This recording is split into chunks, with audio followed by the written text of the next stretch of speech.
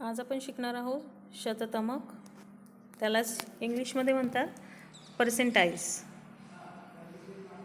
तर सुरुवातीला शततमक म्हणजे काय त्याची व्याख्या आपण बघणार आहोत. तर एखाद्या श्रेणीतील प्राप्तांक क्रमाने मांडून श्रेणीचे 100 समान भाग केले तर प्रत्येक 100व्या भागावर येणाऱ्या बिंदूस शततमक असे म्हटले जाते. आणि 2 नंबरची व्याख्या अशी आहे की उदाहरणार्थ एखादे शततमक म्हणजे क्रमवारपणे प्राप्तांक मांडलेल्या श्रेणीतील असा बिंदू की ज्याच्या खाली विशिष्ट टक्के प्राप्तांक येतील. मग आता उदाहरणार्थ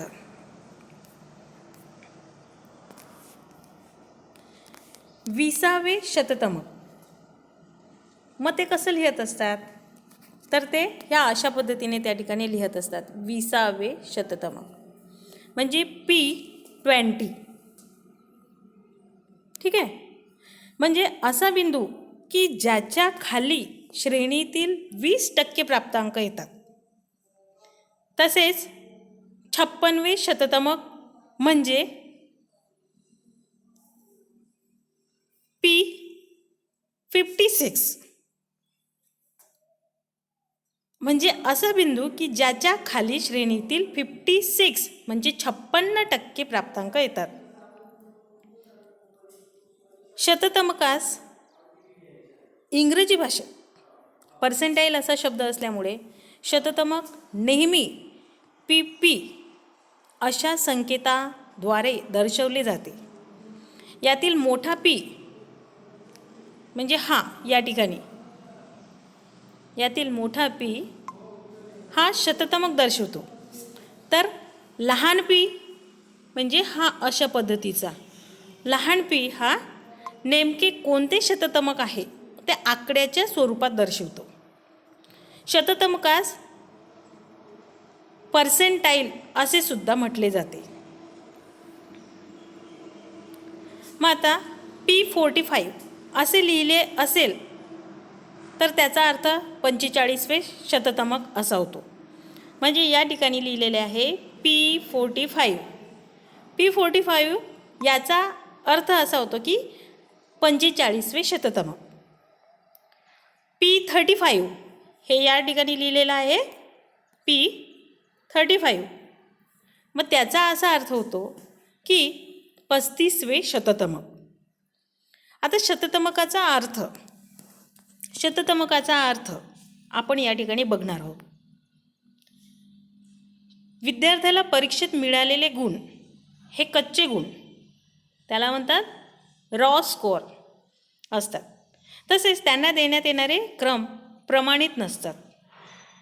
एखाद्या विद्यार्थ्याचा वर्गातील 20 विद्यार्थ्यांमध्ये आलेला पहिला क्रमांक व दुसऱ्या विद्यार्थ्याच्या वर्गातील 50 विद्यार्थ्यांमध्ये आलेला पहिला क्रमांक सारखे असू शकत नाही. मान्य आहे तुम्हाला? वर्गातील 50 विद्यार्थ्यांमध्ये आलेला पहिला क्रमांक सारखेच असू शकत नाहीत. म्हणून अपक्व गुणांवरून किंवा क्रमांकावरून एखाद्या विद्यार्थ्याची गुणवत्ता ठरवणे किंवा कोणताही दूरगामी निष्कर्ष काढणे योग्य ठरत नाही. अशा स्थितीत शततमक आणि शततमक क्रम यांची गणना करणे योग्य ठरते. म्हणजे अशा वेळेला आपल्याला शततमक आणि शततमक क्रम त्या ठिकाणी वापरणे योग्य ठरते. शततमक काढल्यामुळे एखाद्या प्राप्तांकाखाली श्रेणीतील नेमके किती टक्के प्राप्तांक येतात याची स्पष्ट कल्पना येते. उदाहरणार्थ P65 म्हणजे P65 बरोबर 70 असेल तर 70 या प्राप्तांकाखाली श्रेणीतील किंवा वितरणातील 65% प्राप्तांक येतात असा अर्थ निघतो. यावरून 70व्या क्रमांकाच्या वर 35% प्राप्तांक येतील ही गोष्ट उघड आहे. ही गोष्ट त्या ठिकाणी उघड आहे.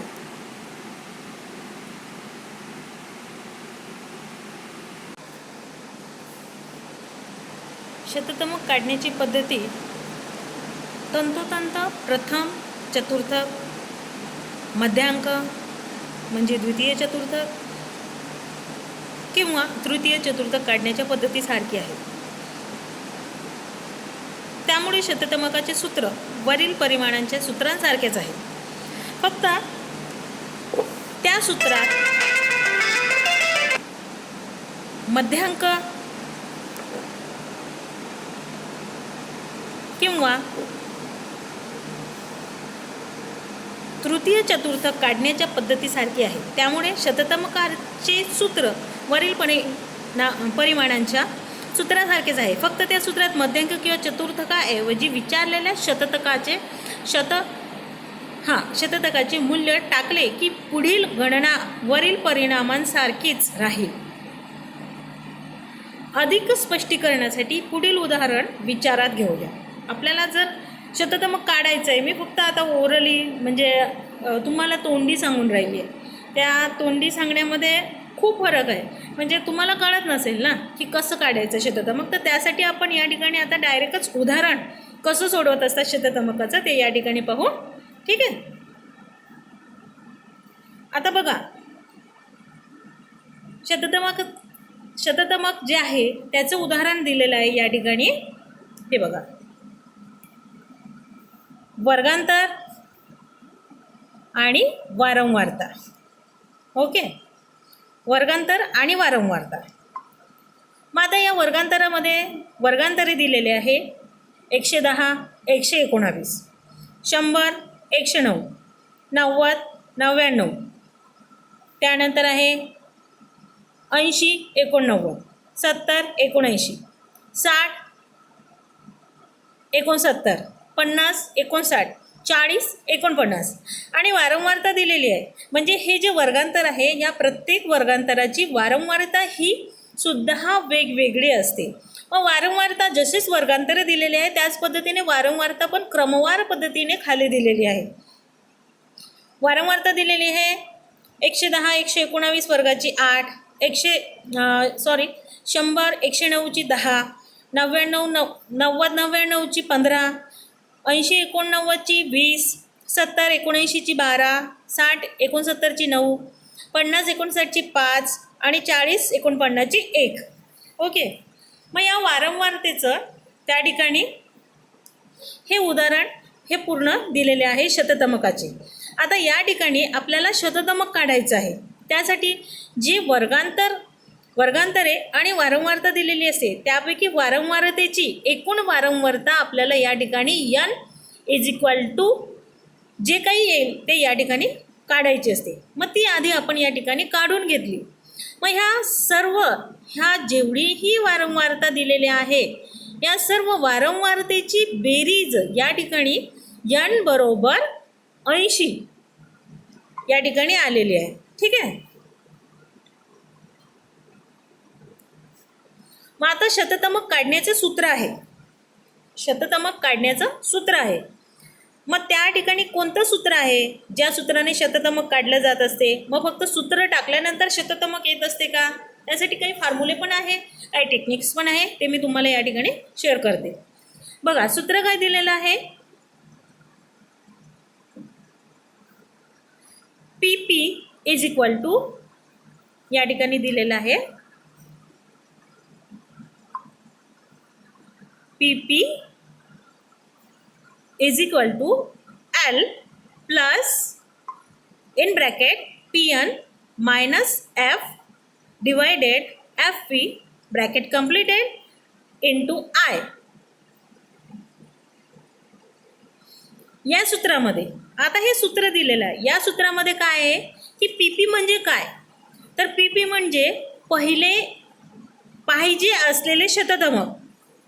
PP म्हणजे पाहिजे असलेले शततमक. उदाहरणार्थ या ठिकाणी दिलेले आहे 30%, 35%, या उदाहरणात 60%. नंतर आहे I म्हणजे काय आहे? हे I म्हणजे काय दिलेले आहे या ठिकाणी? तर I म्हणजे ज्या वर्गांतरात शततमक येते त्या वर्गांतराची निम्न मर्यादा. मग आता शततमक ज्या वर्गांतरात येते त्या वर्गांतराची निम्न मर्यादा म्हणजे एल आणि नंतर आहे पी एन. या ठिकाणी दिलेलं आहे पी एन. मग पी एन म्हणजे काय, तर पी एन म्हणजे यनचा हवा असलेला भाग. पी एन म्हणजे हे पी आणि हे यन म्हणजे यनचा हवा असलेला भाग. आणि यन म्हणजे काय, तर यन म्हणजे या ठिकाणी दिलेले आहे, यन म्हणजे या ठिकाणी दिलेली आहे प्राप्तांक संख्या. हे या ठिकाणी दिलेली आहे यन म्हणजे प्राप्तांक संख्या. आणि एफ म्हणजे दिलेली आहे या ठिकाणी एफ. हे जे एफ आहे या ठिकाणी दिलेली आहे हा एफ एफ पी एफ आणि एफ पी दिलेला आहे. त्यापैकी एफ जो आहे हा वरचा तो या ठिकाणी दिलेला आहे की ज्या वर्गांतरात शततमक येते त्या वर्गांतराखालच्या वर्गांतराची संख्या. म्हणजे ज्या वर्गांतरात आता या ठिकाणी या वर्गांतरामध्ये सपोज या वर्गांतरामध्ये शततमक आलं आपलं, तर त्या वर्गांतराच्या खालच्या वर्गाची म्हणजे हा खालचा वर्ग आणि त्याची ही खालची वारंवारता म्हणजे एफ. त्यानंतर आहे एफ पी. एफ पी काय असते, या ठिकाणी दिलेला आहे एफ पी. या ठिकाणी दिलेला आहे एफ पी. मग एफ पी काय असते की ज्या वर्गांतरात शततमक येते त्या वर्गांतरातील वारंवारता. आता या वर्गांतरात शततमक या ठिकाणी सांगते तुम्हाला, या वर्गांतरात शततमक आलेलं आहे, या वर्गांतरात शततमक आलेलं आहे. मग त्या वर्गांतरातील वारंवारता, मग त्या वर्गांतरातील वारंवारता या ठिकाणी किती दिलेली आहे 15. म्हणजे 15 या ठिकाणी त्या वर्गांतराची वारंवारता आपल्याला फॉर्म्युल्यामध्ये सूत्रामध्ये टाकायची आहे. ठीक आहे.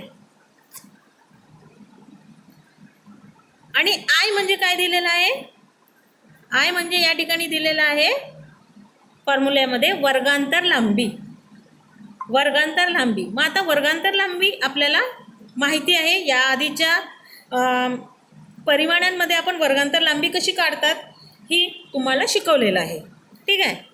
आता पूर्वीच नमूद केल्याप्रमाणे सुरुवात ही नेहमीच यन पासून करावी लागेल. या उदाहरणामध्ये आता या उदाहरणामध्ये तुम्हाला यन किती आलेला आहे, यन किती आलेला आहे आपला या उदाहरणामध्ये यन आलेला आहे 80.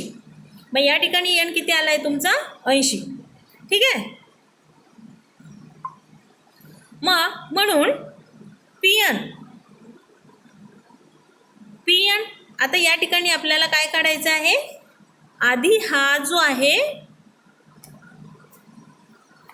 आधी आपल्याला या फॉर्म्युल्यातला हा पी एन या ठिकाणी काढायचा आहे. मग पी एन कसं काढत असतात, मग पी एन काढण्यासाठी आपल्याला पी आणि एन म्हणजे पी इज इक्वल टू 80च्या 60%, कारण 60वे शततमक विचारले आहे. आता 80च्या 60% म्हणजे 60वे शततमक विचारलेले आहे. म्हणजे या ठिकाणी पी पी किती असेल 60वे शततमक विचारलेले आहे. म्हणून पी एन बरोबर 80 गुणेला 60. मग हे 80 कोणते आले ते माहिती आहे का तुम्हाला, हे जे 80 आलेले आहे हे 80 म्हणजे हे, आणि त्याच्यानंतर 60 म्हणजे हे 60व्या क्रमांकाचे शततमक विचारलेले आहे. म्हणून हे 60 भागेला डिवाइड बाय 100 त्याच्या भागेला 100. ठीक आहे.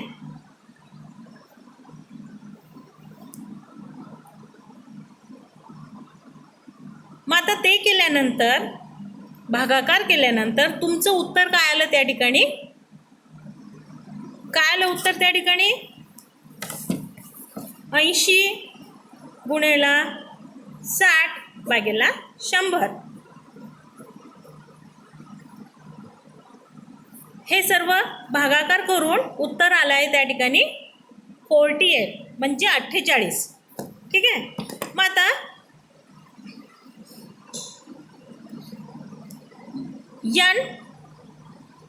10% भाग सुरुवातीला काढून सुद्धा पी एनचे मूल्य लवकर काढता येते. उदाहरणार्थ एन बरोबर 80 आहे म्हणून एनचा 10% भाग म्हणजे 8, परंतु आपल्याला 60% भाग अर्थातच त्याचे 6 पट भाग पाहिजे, म्हणून 8 गुणिले 6 बरोबर 48. अशा रीतीने सुद्धा एनचा वाटेल तो भाग काढता येते. मग पी एन किती आलं आपलं या ठिकाणी? पी एन आलं आपलं 48. हे मूल्य आपल्याला मिळाल्यानंतर उर्वरित पद्धती ही मध्यांक किंवा चतुर्थक काढण्याच्या पद्धतीसारखीच आहे. उदाहरणार्थ 20चा मध्यांक काढायचा असता तर आपण 48 ऐवजी 40 ही वारंवारता उदाहरणात शोधली असती, परंतु या ठिकाणी आपणास 48 ही वारंवारता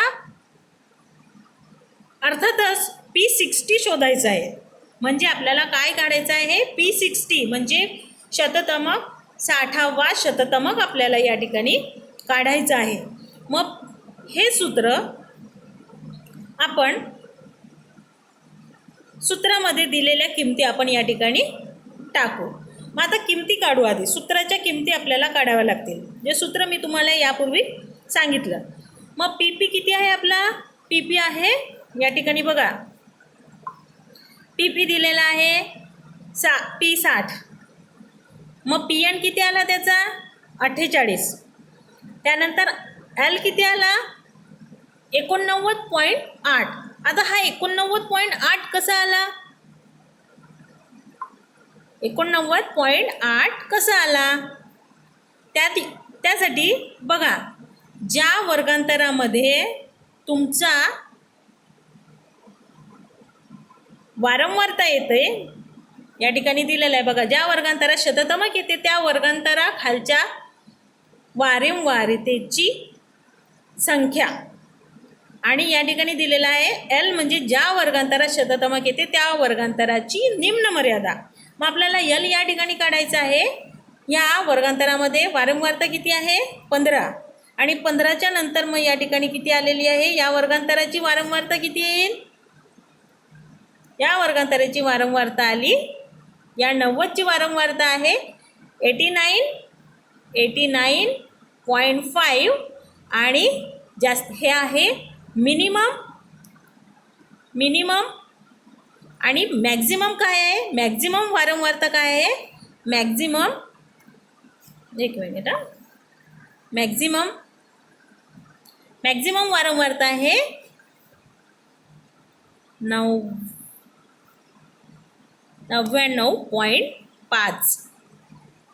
99.5 हे आहे त्याची जास्तीत जास्त वारंवारता, आणि 89.5 ही त्याची कमीत कमी वारंवारता. ठीक आहे. मग आला एल किती आला आपलं? 89.5, आणि एफ किती आहे आपला? एफ किती दिलेला आहे? एफ दिलेला आहे 47, आणि एफ पी काय दिलेला आहे आपला? एफ पी या ठिकाणी दिलेला आहे 15, आणि आय काय दिलेला आहे? आय या ठिकाणी दिलेला आहे, म्हणजे एका वर्गांतरात किती लांबी आहे? वर्गांतर लांबी म्हणजे आय असते. मग आता 40 ते 49 म्हणजे 40 ते 49 असं वर्गांतर आहे. मग या वर्गांतर लांबी किती आहे? 40 पासून 41, 42, 43, 44, 45, 46, 47, 48, 49, म्हणजे हे 49 म्हणजे हे 10 जे आहे ते या ठिकाणी 49, 40, 41, 42, 43, 44, 45, 46, 47, 48, 49 म्हणजे हे 10 या ठिकाणची काय आहे? वर्गांतर लांबी आहे. अशा पद्धतीने जर तुम्हाला काढता येत नसेल वर्गांतर लांबी, तर सहजपणे आपल्या बोटांवरती आपण त्या ठिकाणी वर्गांतर लांबीसुद्धा काढू शकतो. नाहीतर एखाद्या वर्गांतर लांबीमुळे तुमचंही उदाहरण त्या ठिकाणी चुकलं जाऊ शकते, आणि तुम्हाला मार्क्स त्या ठिकाणी जेवढी गॅरंटी होते की आपण एकदम परफेक्ट आहे, त्यांच्यापेक्षा तुमचं परफेक्शन त्या ठिकाणी कमी होते, आणि तुमचं मार्किंग त्या ठिकाणी कमी होत असते. ठीक आहे. त्यानंतर आहे, आता हे झाले तुमचे सूत्र.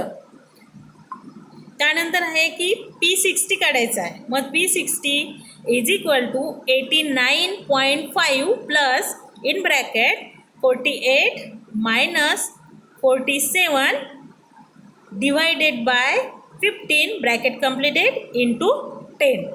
मग आता या ठिकाणी 48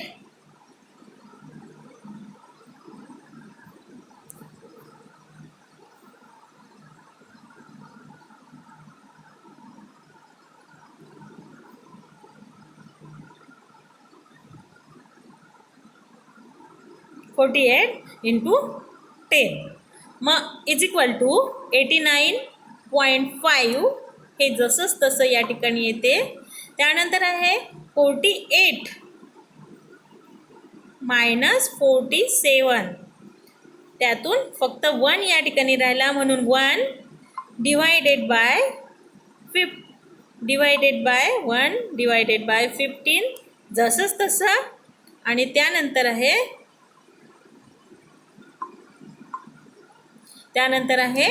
10 इंटू या ठिकाणी 10 जसेच तसे. ओके.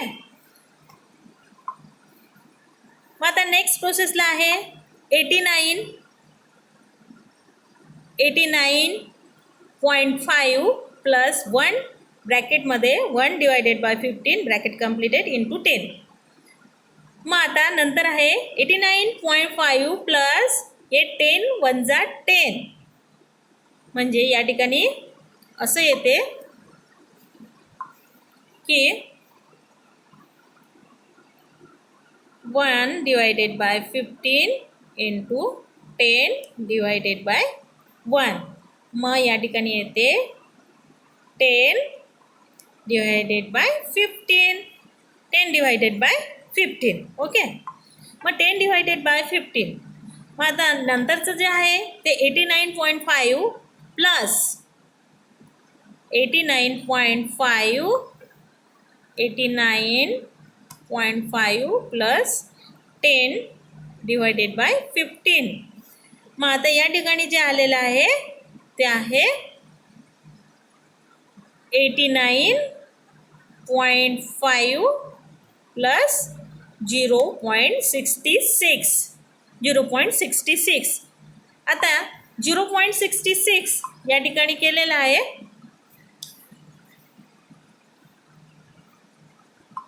0.66 या ठिकाणी आलेलं आहे. मग 89.5 प्लस 0.66 जसंच तसा. नंतर 15 मधून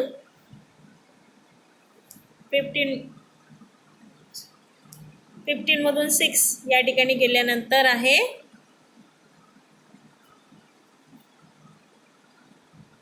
या ठिकाणी उरतात 1 आणि प्लस या ठिकाणी आपण जो घेतलेला होता तो या ठिकाणी 9